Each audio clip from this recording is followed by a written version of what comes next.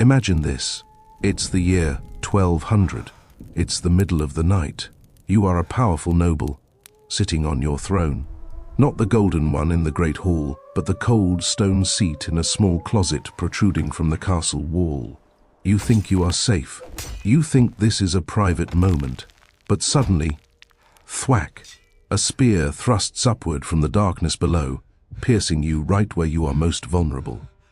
This isn't a scene from a horror movie. This was a genuine fear and a recorded method of assassination in the Middle Ages.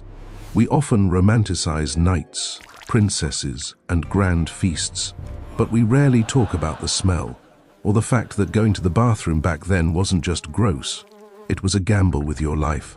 From exploding cesspits to the poor souls who had to swim in waste for a living today, we are diving deep into the disgusting, deadly reality of the medieval toilet.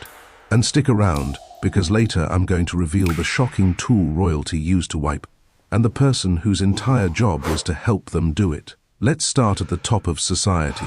If you lived in a castle, you didn't use a bucket in the corner like a peasant. You had technology. You had the garderobe. Look at those small stone chutes sticking out of the castle walls. That is where the magic happened. A garderobe was essentially a small room with a stone or wooden bench and a hole cut into it. Gravity did the rest. Waste would fall down a chute, exiting the castle wall and landing, well, usually in the moat surrounding the castle. Yes, that romantic moat designed to keep enemies out. It was essentially an open sewer. But why the name garderobe? It sounds like wardrobe, right? That's not a coincidence. Medieval people noticed something. The smell of ammonia rising from the toilet pit was so pungent, so toxic, that it actually killed fleas and moths. So, nobles would hang their expensive clothes inside the toilet shaft. That's right. To protect their finest silks, they marinated them in the scent of human waste. That was the price of fashion in the 13th century. But the smell was the least of your worries. These shafts were open to the outside air. In winter, an icy updraft would freeze your backside. And because the chute led directly outside, it was a security risk. In 1203, King Philip II of France captured the Chateau Gaillard, essentially, because his soldiers crawled up the toilet chutes to infiltrate the castle. Imagine being the guard on duty, hearing a noise in the toilet and surprise. But what if you weren't in a castle with a moat? What if you were in a city like London? There, the waste didn't fall into water.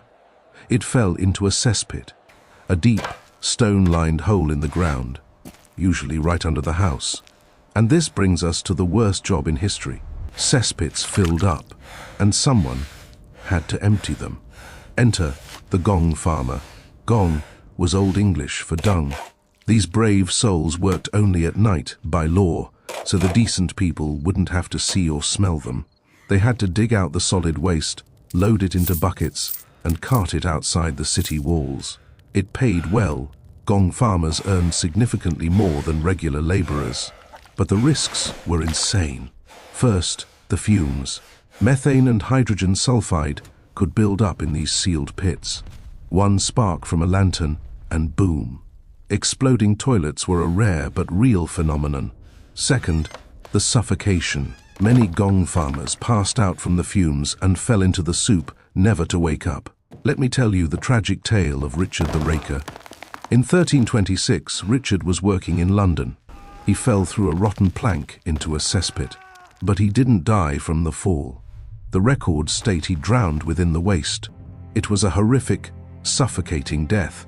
So, next time you complain about your job, just remember Richard.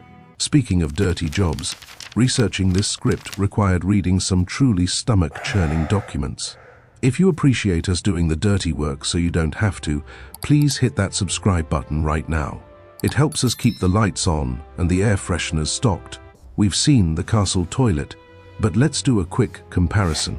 How vast was the gap between the rich and the poor when nature called? On the left, the king. He sits on a cushioned wooden seat, sometimes covered in velvet. He has a private room. He has a groom waiting outside with a bowl of water and a towel. It's private, albeit smelly.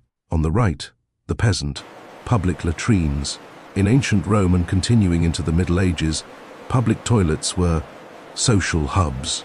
Imagine a long stone bench with 20 holes cut into it, side by side. No dividers, no stalls. You sat there, thigh to thigh with a stranger, doing your business while discussing the price of wheat or the latest plague news. Privacy was a luxury that 99% of people simply couldn't afford. And if you were walking the streets of a crowded city, you didn't even get a bench. You just found a corner. The muck on medieval streets wasn't just mud. It was a mixture of animal dung, rotting food, and human waste. This brings us to the urban hazard known as gardiloo. In multi-story tenement buildings in cities like Edinburgh, there was no plumbing. You used a chamber pot, basically a bowl you kept under your bed. In the morning, or honestly whenever it was full, you had to empty it. The lazy method? Open the window. People would shout gardiloo, a corruption of the French prenez garde-l'eau, watch out for the water, and then hurl the contents onto the street below. If you were walking to the market in your nice tunic, you had to keep one ear cocked upward at all times. If you heard gardiloo, you had a split second to dodge. This practice was illegal in many places, carrying heavy fines, but it was nearly impossible to police. It created streets that were essentially open sewers, breeding grounds for the rats that would eventually carry the Black Death. Now, to answer the question I know you've been asking since the start of this video, what did they wipe with? Toilet paper wasn't invented until the 19th century and wasn't splinter-free until the 1930s. Ouch. So, what was the medieval solution? If you were poor, hay, grass or moss. Yes, a handful of dried grass. If you were lucky, maybe some old wool scraps. If you were a sailor, an old frayed rope dipped in salt water. Let that sink in. But if you were rich, you used linen cloths, soft, washable, hopefully, and reusable. But the king had something special, or rather, someone special, introducing the groom of the stool. This was an actual job title in the English court. This nobleman was responsible for assisting the king with his bodily functions. It sounds humiliating, right? Wiping the king's bottom. Actually, it was one of the most coveted positions in the entire kingdom. Why? Because when the king is on the toilet, he is vulnerable. He is relaxed. He talks. The groom of the stool heard the king's most private secrets. He had the king's ear when no one else did. This wiper often became the king's most trusted advisor and held immense political power. Proof that in history, power often comes from the strangest places. We can laugh about the smell and the weird jobs, but the lack of sanitation had a body count. Medieval doctors believed in the miasma theory, the idea that bad air caused disease. They were sort of right, but for the wrong reasons. It wasn't the smell that killed you, it was the bacteria causing the smell. Cholera and dysentery were rampant. During sieges, enemies would sometimes catapult diseased carcasses, or even barrels of excrement over castle walls. It was biological warfare in its crudest form. And let's not forget the assassinations. I mentioned the spear from below earlier. History is full of tales like King Edmund, the second Edmund Ironside, who, according to legend, was stabbed while on the privy, or Godfrey the Hunchback, who was supposedly assassinated in the same undignified manner. The toilet was the one place a king was alone, unarmed, and literally caught with his pants down. So, how bad was it? It was cold, it stank, it was publicly humiliating, and it could literally kill you via disease, explosion, or an assassin's blade. The next time you walk into your bathroom, sit on a clean seat, and flush everything away with fresh water. Take a moment of gratitude. You are living a luxury that the greatest kings of the Middle Ages couldn't even dream of. We have conquered the death trap, at least for now. What is the worst historical hygiene fact you know? Did I miss something even grosser? Let me know in the comments below.